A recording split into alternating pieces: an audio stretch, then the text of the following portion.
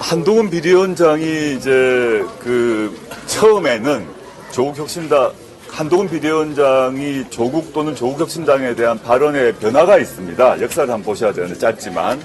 첫째는 한동훈 비대위원장은 조국혁신당은 또는 조국은 국회에 입성을 전혀 못할 거라고 말씀을 하셨던 것 같아요. 그런데 그렇지 않을 것 같습니다.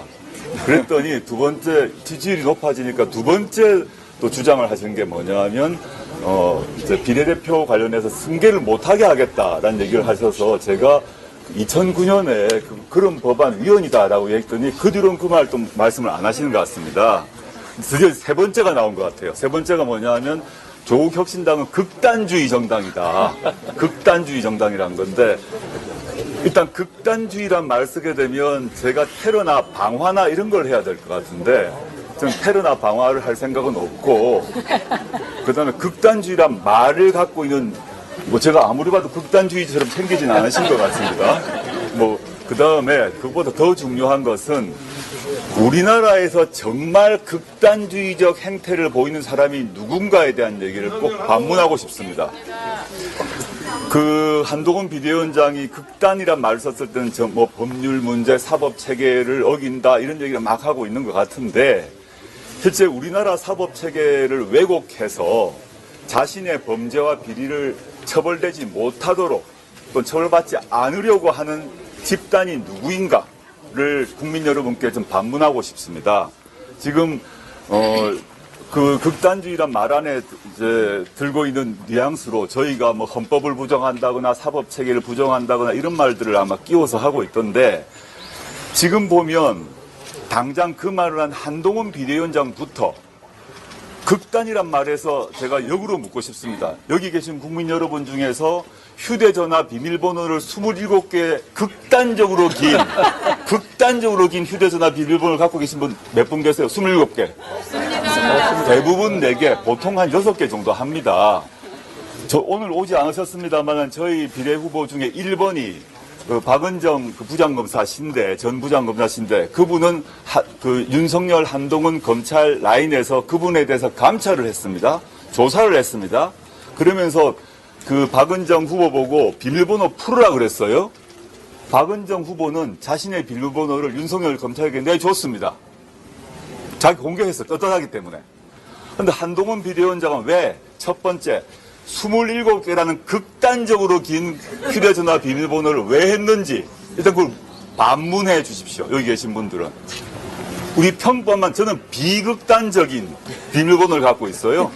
그럼 27개 그렇게 긴 번호를 설정한 이유는 숨기고 싶은 것이 그 휴대전화에 있기 때문입니다.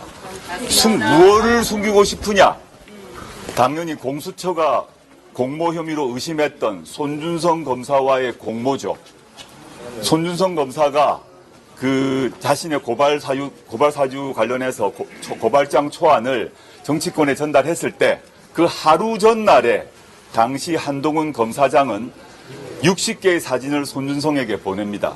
무엇을 보냈는지 27개라는 극단적 비밀번호를 걸고 풀지 않았기 때문에 한동훈 당시 검사장의 범죄 혐의를 우리를 밝힐 수가 없는 것입니다. 이것이야말로 사법 체계를 훼손하고 우리나라 헌법 정신을 훼손하는 거죠.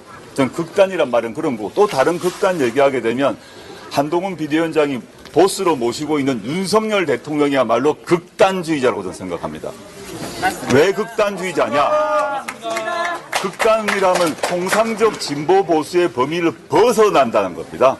우리나라 사회는 진보 보수 다 있어야 합니다. 진보도 있고 보수도 있죠. 근데 극단이라 하면 그 외곽을 그 범위를 넘어서야 되는데 단적인 예가 뭐냐? 우리 쉽게 당장 아주 가까운 예만 보게 되면 대통령의 핵심 참모인 시민사회 수석이 언론인에 대해서 사심위로 허벅지 쑤신다고 했습니다. 이게 극단이죠, 극단. 이거는 그냥 사태로 끝날 일이 아닙니다. 언론인에 대해서 겁박을 하고 협박을 한 거거든요. 형사처벌 대상입니다. 우리나라 판례에 따르게 되면 협박을 했을 때 협박 상대자가 겁을 진짜 먹었는지 안 먹었는지는 중요하지 않다라고 우리나라 대법원 판례가 되어 있습니다. 신 후보님 맞죠? 네. 변호사시고 저는 교수니까 우리나라 협박죄 판례가 있습니다. 그 협박을 받았던 그 언론인이 막 덜덜덜 정말 그렇지 않아요.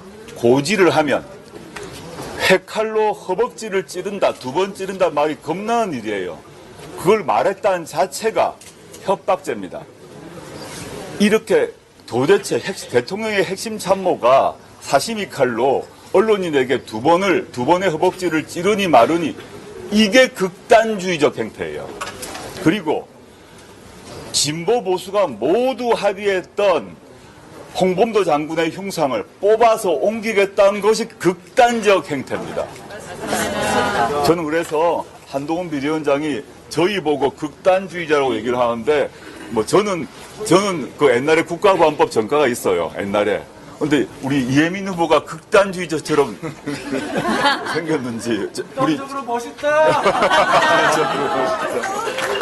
제가 극단 관련해서 하나만 더 말하자면 아까 빼먹은 게 있는데 4.3을 말씀하셨기 때문에 지금 4.3에 대해서 국민의힘 그 대전시당 후보 그 다음에 현역 태영호 의원 등이 4.3에 대해서 폄훼 발언을 하고 있습니다. 그리고 제주 시내에 그 4.3을 폄훼하는 플래카드가 걸리지 않았습니까? 그게 극단이죠. 그게 극단인 거죠. 극단이란 말을 함부로 쓰지 마라 생각을 하고요. 저는 극단이란 말을 써서 자신들의 극단을 감추려고 하는 그런 말장난이라고 생각하고 한동훈 비대위원장은 자기 집안 단속부터 하고 자기 집안 국민의힘에서 4.3을 폄훼하는 그런 발언하는 사람들에 더 징계를 하든가 그거부터 자기 집안 단속하고 저희 당에 대해서 뭐 언급을 했으면 좋겠다. 저는 뭐 초조한 건 알겠는데 집안 단속이나 했으면 좋겠다 싶습니다. 네. 스픽스는 말하는 언론입니다. 대세는 유튜브, 그중에서 스픽스. 좋아요, 댓글, 구독, 알림 설정. 여러분이 저희를 사랑해 주시고 우리가 여러분을 사랑하는 4가지 방법입니다.